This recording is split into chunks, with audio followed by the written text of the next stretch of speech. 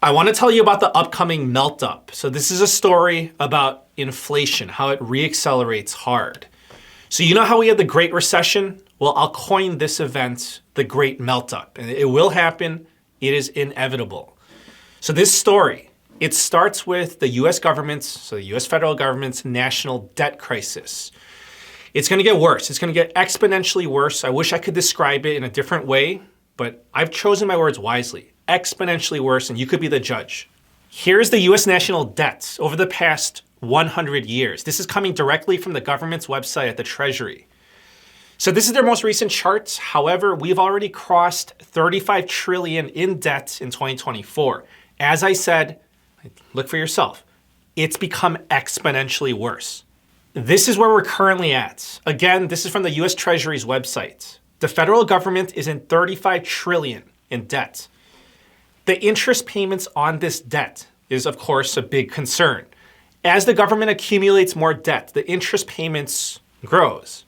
So the government has to make interest payments to whoever they borrowed money from, whoever they owe money to. So that could be other countries. We're talking about Japan, China, the UK, etc. It could be the Federal Reserve, big financial institutions, big corporations, rich families, rich individuals, whoever has a US government bond.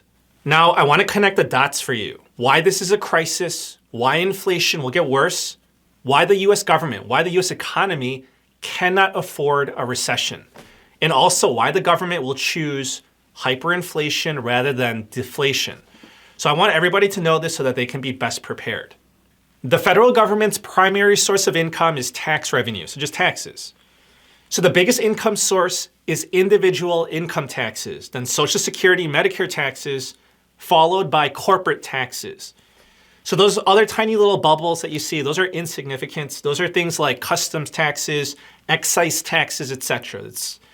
It's really not enough to move the needle. So for fiscal year 2024, the US government has collected about $4.4 trillion. So that's essentially the government's income. So they're going to end the fiscal year around $5 trillion. But this is where we're at right now for the year, the fiscal year. Now, here's how much the government has spent so far this fiscal year, $6.3 trillion. So the government has overspent by $1.9 trillion, and they need to borrow the difference. Now, here's what the money is being spent on. So this is coming from the same website, the US Treasury. The top expense items are Social Security payments, then Medicare, then interest payments, then healthcare, national defense, income security, veterans benefits, education, etc. Now, I want you to take a real good look at this.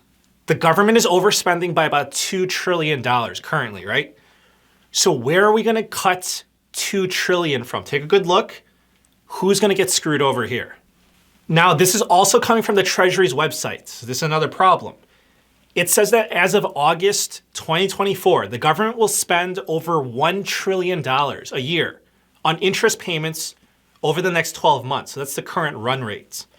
So the interest payments are accelerating. That means that there's going to be less money for other programs. So listen, this is one of the reasons why the Federal Reserve had to cut interest rates. Just think about it.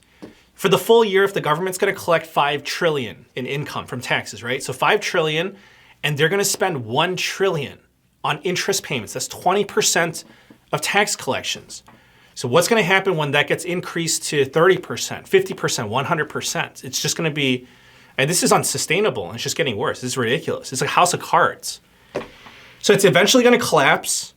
However, by lowering interest rates, it just buys more time. It's a stalling technique. Now, some people are going to say that the US government, the Federal Reserve, they can just print the money, right? And I'll say that you are absolutely correct. Yes, they can. However, if they do that, if they print trillions of more dollars, you know what's going to happen. You know the consequences. That's going to skyrocket inflation. Now, I want you to look at the trajectory that we're on. The red line is government spending. The blue line is revenue. Again, mostly tax collections. If the government spends more than they make, then they need to borrow more money. And then the interest payments get bigger. So the dotted line in the middle, that's 2024. The projections are the government will continue to overspend. That's not surprising. And guess what? Last week, The government passed their CR, the government funding bill. There were no spending cuts, same old, same old. So listen, the situation is just going to get worse. That is a given. And it doesn't matter who wins office, Trump or Harris, makes no difference. Trump is going to overspend like crazy. Trump added a record amount of national debt, more than Obama. And look at the Biden-Harris combo. They're going to do the same thing. They're going to spend like crazy. They added a record amount of national debts, more than Trump. So the national debt, it doesn't matter who wins. It's going to increase, and the interest payments will increase as well. Okay, now just think about this. Let's run this scenario where the federal government learns how to balance their budget. They cut spending. And okay, this is a joke. This is never going to happen, but just think about it. If they cut spending, if they balance their budget, what would happen? The U.S. economy would be thrown into a deep recession. You have to remember the U.S. government, the federal government, is the largest U.S. employer. So what are they supposed to do? Massive layoffs and cut benefits all across the board?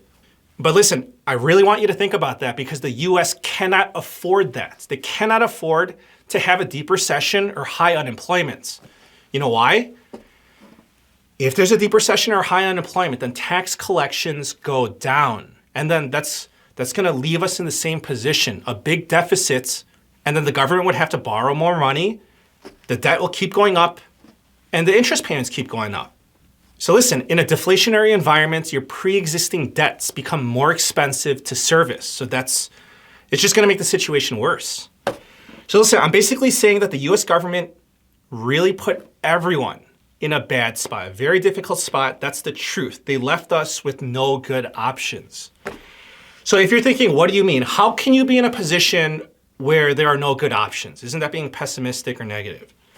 So I'll explain it to you like this. Just think about it like this. This is like the most straightforward way I could put it. Let's just say that you decide to make a very bad decision. Let's say that you decide to rob a bank.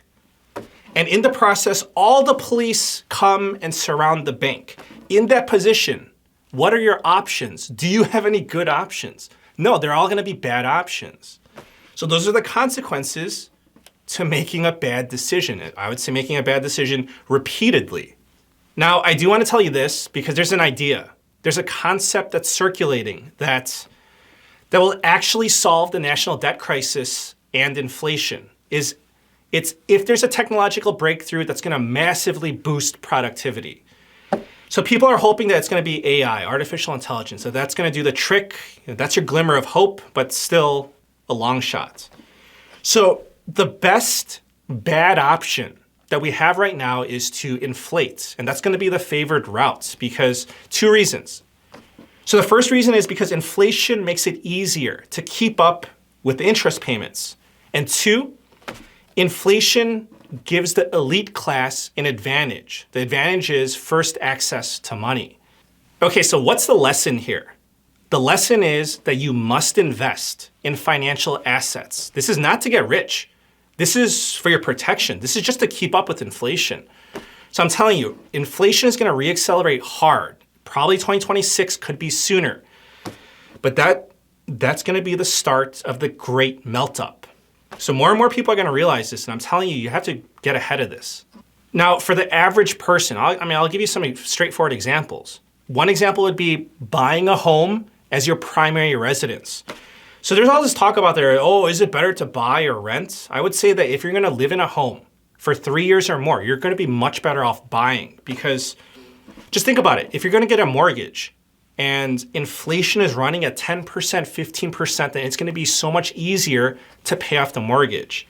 If you're renting and the landlords, if we're in that type of environment, what are they going to do? They're going to jack up the rents 15, 20, 25% a year, and you're going to be at their mercy. For the average person, it's about getting invested in the stock market. Just ride the wave up.